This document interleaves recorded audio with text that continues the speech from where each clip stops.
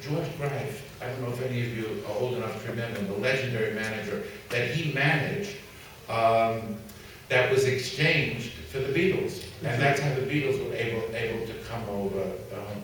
The American government used to keep a trading thing as one Britain group would come over here, one American group I think it was the Brits that did it, not the Americans. It was the Brits.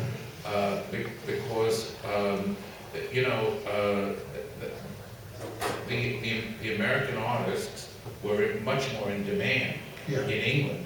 And they wanted, you know, like, they were huge stars, even before rock and roll. They had what they called command performances for the Queen and for the King before that.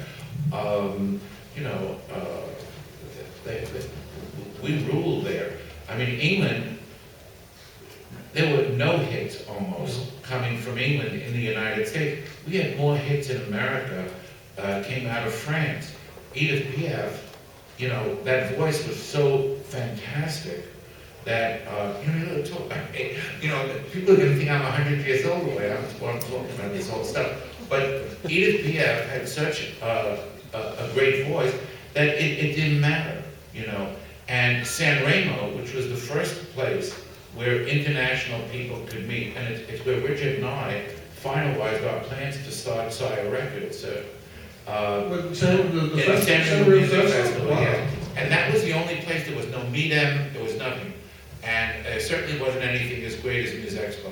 So, and you would have Domenico Modugno, the biggest record of the year in America that year was Nel Blue de Pinto de Blue, better known as Volare. You had Comprima by Tony Dellari, you had Alla de La, Emilio Pericoli. You had all these big Italian hits.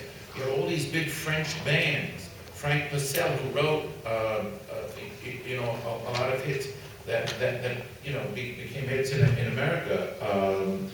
And